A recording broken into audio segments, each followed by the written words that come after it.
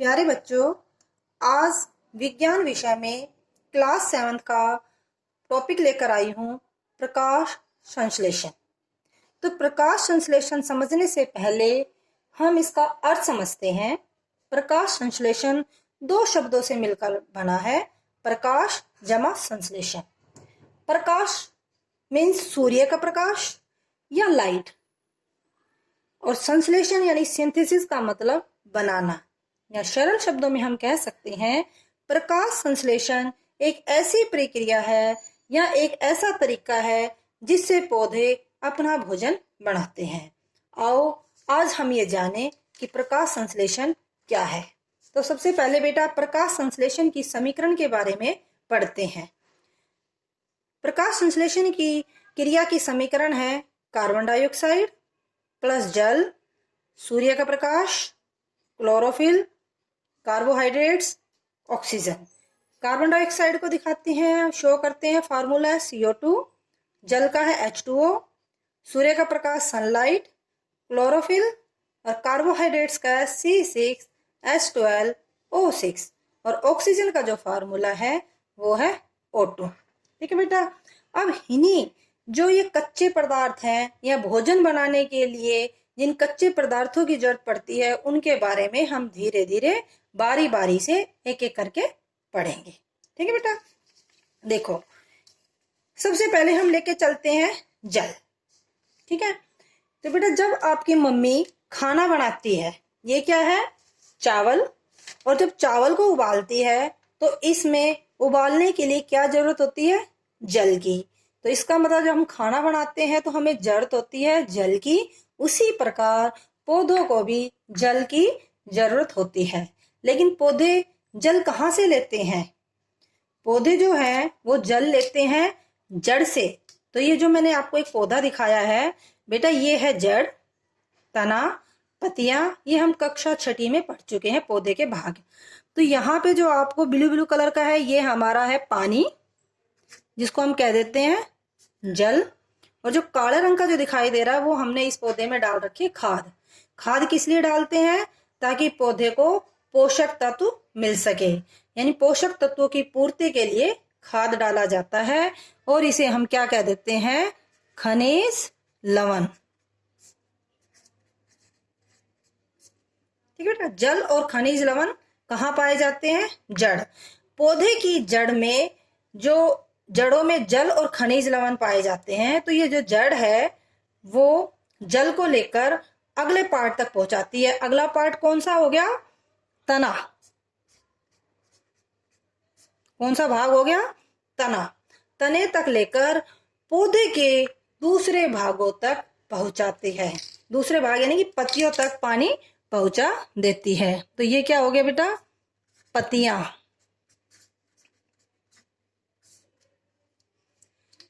अब आगे ये है, जल मिल गया हमें प्रकाश संश्लेषण में। उसके बाद हमारे पास पार्ट आता है कि यहाँ देखिए सूर्य का प्रकाश। सूर्य का प्रकाश किस लिए जरूरत है? देखिए बेटा, जब आपकी मम्मी खाने को बनाती है तो उसको उबालती है, तो उबालने के लिए गर्मी चाहिए, और गर्मी किससे मिलती है? गैस से। इसी प्रकार जब पौधे अपना खाना बनाते हैं तो उन्हें भी गर्मी चाहिए, और वो जो गर्मी मिलती है वो उन्हें कहाँ से मिलती है? वो मिलती है सूर्य के प्रकाश से। तो जो हमारे प्रकाश संश्लेषण की क्रिया में जो जरूरत थी, सूर्य का प्रकाश भी हमें मिल गया है। जल हो गया, सूर्य का प्रकाश हो गया। इसके बाद बेटा है कार्बन डाइऑक्साइड। कार्बन डाइऑक्साइड हमारे वायुमंडल में होती है। तो हमारे चारों ओर वायुमंडल पाया जाता है, और वायुमंडल से जो हमारे पेड़ पौधे हैं वो क्या ले लेते हैं? CO2 gas. क्या कर लेते हैं? CO2 गैस को ले लेते हैं। वायुमंडल से क्या ले लिया? CO2 gas. कार्बन डाइऑक्साइड, जल हो गया, सूर्य का प्रकाश।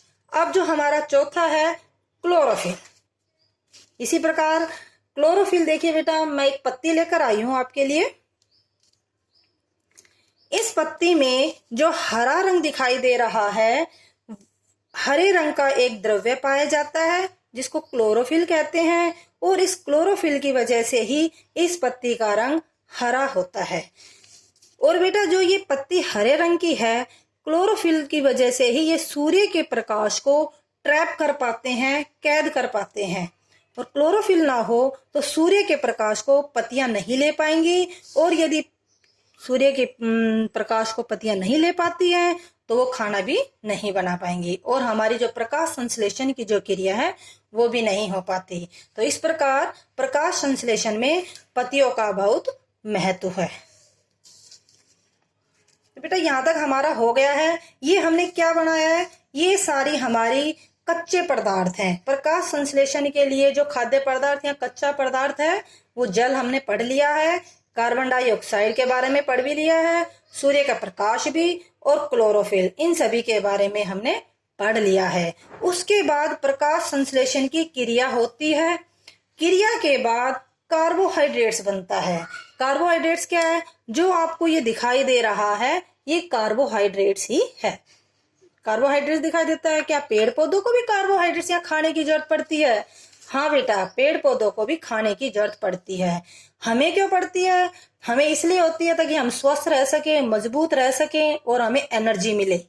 इसी प्रकार पेड़ पौधों को भी जरूरत पड़ती है ताकि वो नए बीज बना सके, फल के लिए, बढ़ने के लिए, शाखाओं के लिए, पत्तियों के लिए भी उन्हें जरूरत पड़ती है। और यदि उनका कोई अंग खराब हो जाए तो उसको दुरुस्त करने के लिए भी उन्हें भोजन की जरूरत पड़ती है।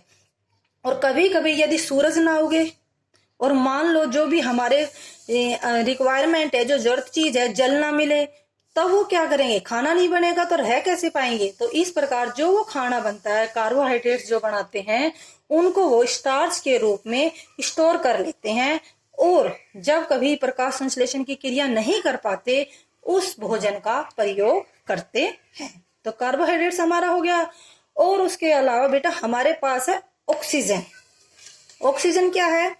ऑक्सीजन जीवनदायिनी गैस है। जो पेड़ पौधे खाना बनाते हैं उसके बाद जो गैस को निर्मुक्त करते हैं वो ऑक्सीजन गैस को निर्मुक्त करते हैं, CO2 गैस को लेते हैं और ऑक्सीजन गैस को छोड़ते हैं। अब बेटा मैं आपसे एक क्वेश्चन पूछना चाहती हूँ, ये बताइए पत्तियां पानी को प्रत्येक भाग तक कैसे पहुंचाती हैं? ठीक है, तो इसका मैं आंसर देना चाहती हूँ आपको। पत्तियां आपको दिखाई दे रही होगी, ठीक है। इसमें क्या होती है बेटा, ये ट्यूब्स होती हैं। जो ट्यूब होती हैं इसमें जो मेन वेन्स है और इसके साइड में सब वेन्स है, पतली पतली ट्यूब्स। तो इन ट्यूब्स की वजह से ही पत्तियां हर कोने में पानी पहुंचा देती है। तो बेटा आज मैंने प्रकाश संश्लेषण की क्रिया आपको समझाई है और बताया है क्या है कि पौधे की जो जड़ें होती हैं वो पानी या जल और खनिज को खींचकर पौधे के बाकी के सभी भागों में भेज देते हैं, फिर उसे पत्तियों के पास तने द्वारा होते हुए पहुंच जाती है। ठीक है, यहाँ जो थिन जो ट्यूब्स होती हैं पत्तियों में वो अन्य भागों तक, सभी भागों तक पानी को पहुंचा देती है। और सूर्य की गर्माहट पत्तियों के अंदर क्लोरोफिल पकड़ लेती है और CO2 जो हमारा हवा के माध्यम से, वायुमंडल के माध्यम से पत्तियां के छेद में घुसती हैं और सूर्य की गर्मी से वे पानी और CO2 को अपने खाने में बदल देती है। फिर एक गैस जिसका नाम ऑक्सीजन है या O2 है उसका निष्कासन करते हैं या निर्मुक्त करते हैं और हमें पका हुआ खाना यानी कि जो हमारा खाना है वो यहाँ मिल गया। और इस खाने को पौधे हर भाग में भेज देते हैं। प्रत्येक भाग में कैसे? बीज में अलग रूप में, पौधों जड़ में अलग, तने में अलग, फल में अलग, फूल में अलग। तो इस प्रकार से वे बने हुए खाने को भेज देते हैं। अब बेटा मैं यहाँ पे एक क्वेश्चन पूछना चाहती हूँ या आपको समझाना चाहती हूँ कि पत्तियों द्वारा गैसों का आदान प्रदान कैसे होता है। ठीक है, तो बेटा इसके लिए मैं एक छोटी सी एक्टिविटी करना चाहती हूँ। देखिए ये लिया है मैंने पानी और इसमें मैं एक पत्ती डालती हूँ।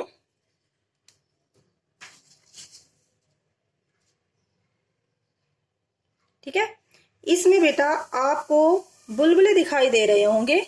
देखो हल्के हल्के छोटे छोटे बुलबुले से दिखाई दे रहे हैं बेटा। ये रहे, ये रहा, ये रहा, ये रहा। तो आपको बुलबुले बिल्कुल क्लियर दिखाई दे रहे हैं, दिखाई दे रहे हैं ना। ये बुलबुले क्या होते हैं बेटा? ये गैसों का आदान प्रदान है।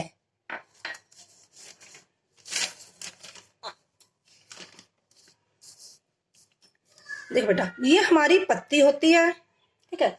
पत्तियों के अंदर छोटे छोटे छिद्र पाए जाते हैं और जिसे हम स्टोमेटा कहते हैं। स्टोमेटा में दो राजमा के शेप के दो सेल होते हैं जिसे हम द्वार कोशिका कहते हैं। ये द्वार कोशिका क्यों होती है? द्वार कोशिका में दो स्थिति होती है। एक स्थिति बेटा खुलने की होती है, एक स्थिति बंद होने की होती है।